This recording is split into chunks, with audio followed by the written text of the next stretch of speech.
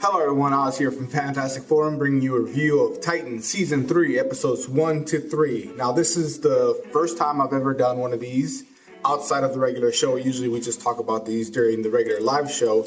So you may be wondering, well, why now? What's different? And I'll tell you, I make no secret that I watch other YouTubers and see what their opinions are on certain things because, you know, maybe there's something I missed. Maybe I'm being too harsh on a property or something. So I want to hear what other guys and gals have to say. And recently, what I've noticed is that a lot of those people that I trusted are now getting advanced copies of the show. You know, one even said he had the full final season of Lucifer ready to watch before any of us can even watch episode 1. So when it comes to that point, then the whole video really just becomes a commercial for HBO Max or Netflix or whatever service is giving them the stuff ahead of time. So they may be telling the truth. I'm not gonna call them out as liars. I don't know. They may be being honest, but I can't trust anything they say. Look, I've been at this for a while, and what usually happens is as soon as they start getting stuff ahead of time like this, they know that if they're too critical of whatever they're getting, that company's gonna decide to stop sending them stuff. And now they're back to square one. So maybe they're telling the truth, maybe not. I don't trust them. So I'm here to give you the real review, let you know what I think, and let you know if it's worth getting. So with that, let's start the video.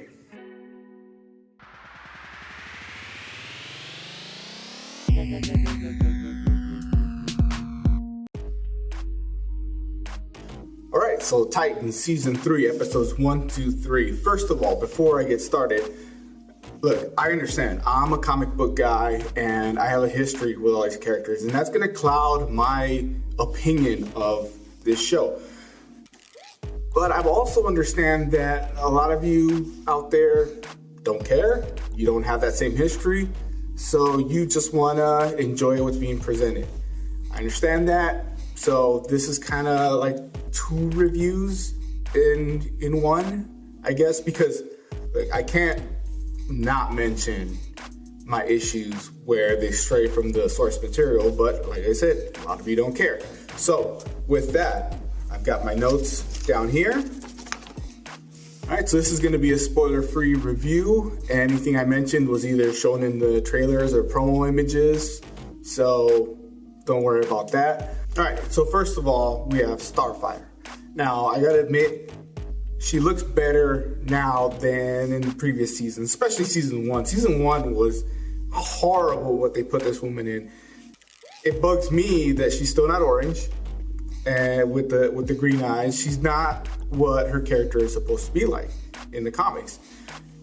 In fact, when she's introduced in the first episode, she actually shows up orange with like it's full on comic book, but that's just her powered up and it's gone after 5 seconds. So they can do it, they just choose not to. As far as her storyline and what's going on with her, I think that's something that's going to be explored later on because they're kind of giving you hints of something going on with her, but not enough to really have any clue what her storyline is going to be. We have some ideas from promo pictures and casting choices. I'm not going to get into that right now. We'll see where that goes.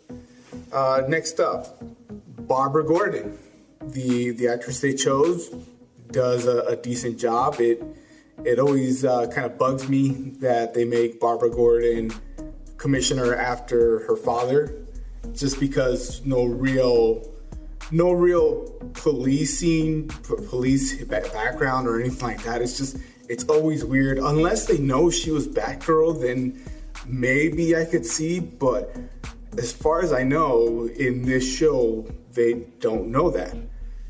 Which kind of gets weird because she has open conversations with Dick Grayson and Starfire in the police station, surrounded by people talking about Batman, mentioning Titans, and hey, go back to San Francisco. This is Gotham. Blah blah blah.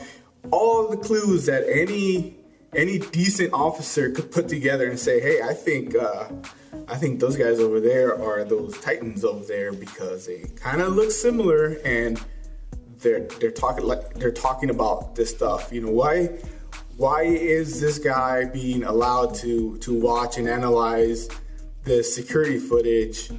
Beast Boy is up to episode 3 basically wasted. We were promised after season 1 he would be completely green. Still not. He's only green when he changes into something, and he still only changes into a tiger. So he, right now, by episode 3, still wasted. Superboy. I'm not sure what they're trying to do with this character. So on the one hand, it seems like they're trying to make him like the muscle. He's big, strong, has all these powers, but kind of dumb. I mean, he was technically born last season, or I guess woken up, or whatever. It makes sense to make him that muscly, dumb guy character. But then there comes a point where he becomes like the genius of the group, and there's no real explanation. I mean, I guess you could kind of see how that happens, but it's really weird. I mean, he goes from taking a book and using it as like a table to make a sandwich on top of it, to building complicated electronics and analyzing things. It's just kind of weird. Nightwing, not as broody, a little bit more like what we're used to in the comics, so he's getting better. Tim Drake makes an appearance. We know he's Tim Drake because of the casting, and kind of weird what they're doing with him. Again, nothing like the comics, not really. Whether he's gonna end up a Robin by the end of this, I don't know. I don't think he would have got as much screen time as he did if he wasn't. So we'll see what happens with that. But let's face it, DC hasn't known what to do with Tim Drake for a long time, and they're trying, but nothing sticks. He's just not that popular of a character. And I know some of you are going to be upset to hear that, but let's be honest, he's not popular enough to get his own series. They've tried to make him edgy, they try to make him this and that. It just, nothing sticks with this guy. So if he does become Robin, it's not going to be like he did in the comics. Not really. Maybe close, but okay, that we're going to get into spoiler territory if I keep going. The big deal with these first 3 episodes is Red Hood. Now, we've known Red Hood was going to be in this. He's in the commercials, the trailers, promo pictures, all that. Like this is not a surprise. Red Hood was going to be in this. Hell, a lot of us knew he was going to show up at some point when we saw the character show up last season. You know what? That's not even a spoiler. You should know right now. Jason Todd showed up last season as a Robin. We knew at some point they would do the Red Hood thing. So that's kind of one of the storylines throughout these first 3 episodes. They skip over the death in the family stuff. Sort of. You get it so that you know that Jason Todd's been killed. But it's done so quickly that it doesn't really do it justice. But I kind of understand if you're going to do Red Hood, you want to show that he died and then get to the Red Hood. I get it. I'm fine with that.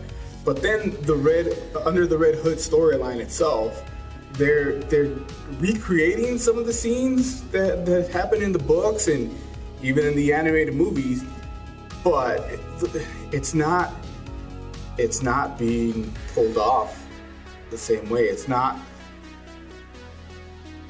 It's a totally different story at this point.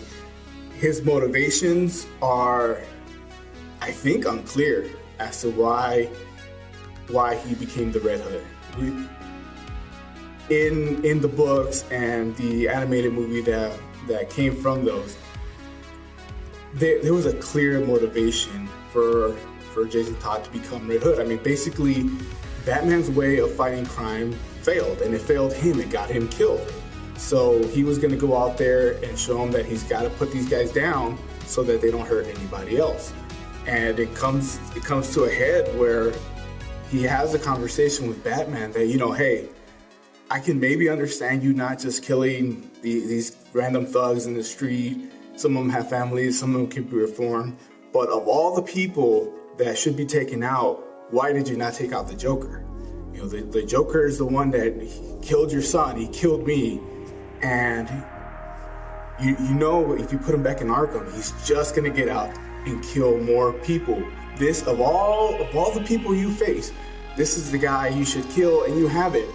And he's going to kill again, and all those lives are in your hands. And it's a great conversation, and it was somebody finally addressing to Batman what other people have criticized him for in the past, both in life and even in comics. I mean, he's heard this before, but it was never quite as impactful as it coming from not just a victim of his failed strategy, but his son, his adopted son.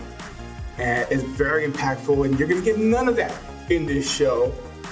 It's just, at this point, I don't even know what his motivations are. The best I can figure is money. Red Hood just wants money, and maybe a little payback on Grayson. The older brother, the favorite son, whatever you want to call him.